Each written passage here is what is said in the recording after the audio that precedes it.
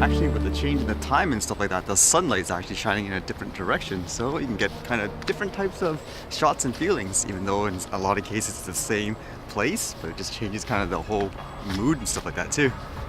I was reading today how apparently there was this animal video that was caught with the drone that's kind of amazing to watch, but at the same time it's ruffling a lot of feathers. So you can see in the video, essentially it looked like it was a mama bear and her cub trying to climb up a mountain of snow. Now obviously it's slippery and stuff like that. It seemed like the mama bear got up no problem, but as the cub tried to climb up, it basically slipped all the way down. And despite all that, it looked like it's so steep you'd want to give up. It basically persevered, went up, and it finally made it, so that's kind of cool. So while many people see that video as a good thing, basically it's amazing to watch and it's inspirational, there's basically people on the other side of the fence are saying this is horrible. The person capturing it used a drone and they were in a sense harassing the animals and putting them in danger. This one here, it says, researcher slams viral video of bear cub. The drone definitely put these animals at risk. And then there's even another one here with a title along the lines of, the problem behind a viral video of a persistent baby bear. Almost everyone loves a dramatic wildlife video, but are photographers doing enough to ensure their subjects are safe in the process? One bear researcher says some photographers are putting wildlife at risk as they chase social media hits over safety. This guy here says grizzly bear researcher Clayton Lamb was quick to call up the video, which appears to have been captured with the help of a drone, as irresponsible and possibly life-threatening to the bears. And they basically use two tweets here to kind of show the contrasting perspective of the video. Like this person here says, we could all learn a lesson from this baby bear. Look up and don't give up. Whereas this researcher says, can you address the potential wildlife welfare issues here from the drone harassment? Glad to see a wildlife tweet go viral, but it seems important to get the right message out. So there was one point of the video where you can kind of see the cub almost made it to the top, and I guess it looked like the drone was really close to the subject, and the interpretation here was that the bear saw the drone, it was afraid, and it almost seems like people are implying the mama bear tried to swat away, like at the drone, or potentially the cub, like to save them, and as a result the cub fell. Like it says here, the mother swats at the cub, which I interpreted as trying to move the cub away from the trajectory of the drone as it's about to approach. Lamb said of the video, referring specifically to the part when the footage zooms in on the cub just as it's about to rejoin its mother at the top. That's what sends the cub down the slope, and it almost goes into this cliffy area and the cub just scrambles out. Now the other point of this video is people are arguing the reason why the bears basically climbed up in the first place is because this drone kind of scared and harassed them to climb up. Like it says here, usually a female grizzly wouldn't dare to take a cub that young and small on such a steep slope, he said, questioning what, including the documenting drone, may have driven the animals to traverse the snow-covered slope. And it says, I think the drone definitely put these animals at risk. I think that cub could have been severely injured or potentially killed if it went off that cliff. And then it goes on to say what I've read before. It says, by harassing animals, drones can chase them into a dangerous position, as was the case with the bear cub. They can interpret hunts, cause high levels of stress, chase animals over long distances, and drive them away from sources of food or parts of a landscape they depend on. Now this comment's from a different person, and it says, it's staggering all the misuses that people are proudly posting because they don't know any better, she says. There's no education right now. Nobody's even trying to talk folks about it. Although ultimately with all this, it seems like they're saying research needs to be done in terms of whether or not the animals get freaked out, like in a really extreme way where you should ban it, I guess, in terms of flying drones around the animals in general. It makes me wonder if people saw some of the animals and stuff that I captured with the drone, would it make their blood boil and stuff like that? Although some of you even mentioned it too when you've seen my videos like that.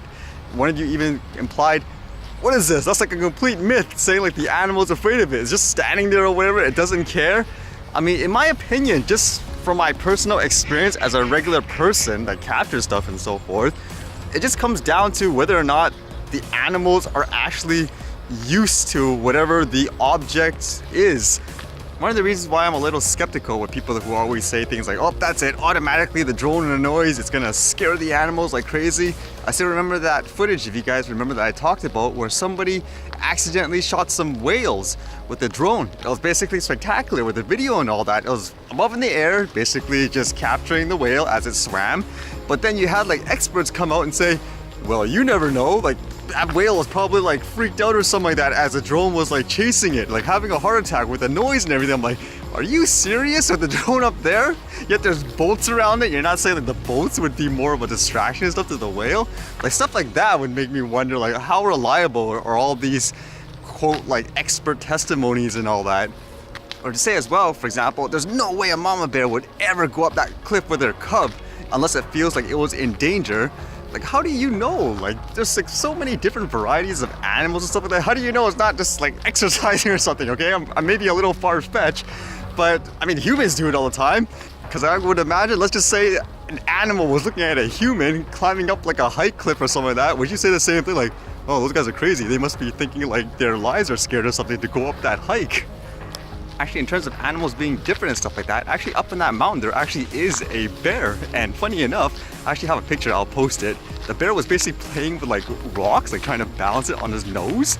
Like there you would assume, oh well, there's no way like a bear would learn that naturally. It must have been forced like by the humans. But apparently no, it did that naturally, because I guess bears want to have fun too, right? For me, it's just basic common sense just from my own observations. I mean, if they're unfamiliar with an object, it's coming at them at full speed and all that, then of course they're gonna be freaked out just like everything else.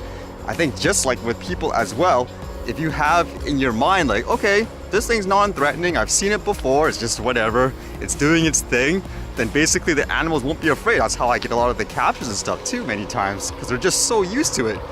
So ultimately people need to use it responsibly, just like everything else, but to automatically just say all of them are going to be freaked out because it makes noise and this, I think that's not true. I think it depends on the environment and whether or not they're used to it. Otherwise, it's kind of like what I read before, where even with cars, apparently people were saying they should be banned from every single animal just because it scares things like horses and stuff. Like, yeah, right, look how many cars we have on the road nowadays. I guess that would raise the question too. Would you think it's just a matter of getting the animals used to things like the drones and the techs and stuff like that? Or would you still say, no, always keep them away? I'm just trying to imagine so many things in the world that we wouldn't have if that was the case. Even this sky train here, for example, you'd probably say that's too loud, it'll freak out the animals, but I'm pretty sure most of the animals here are used to that by now.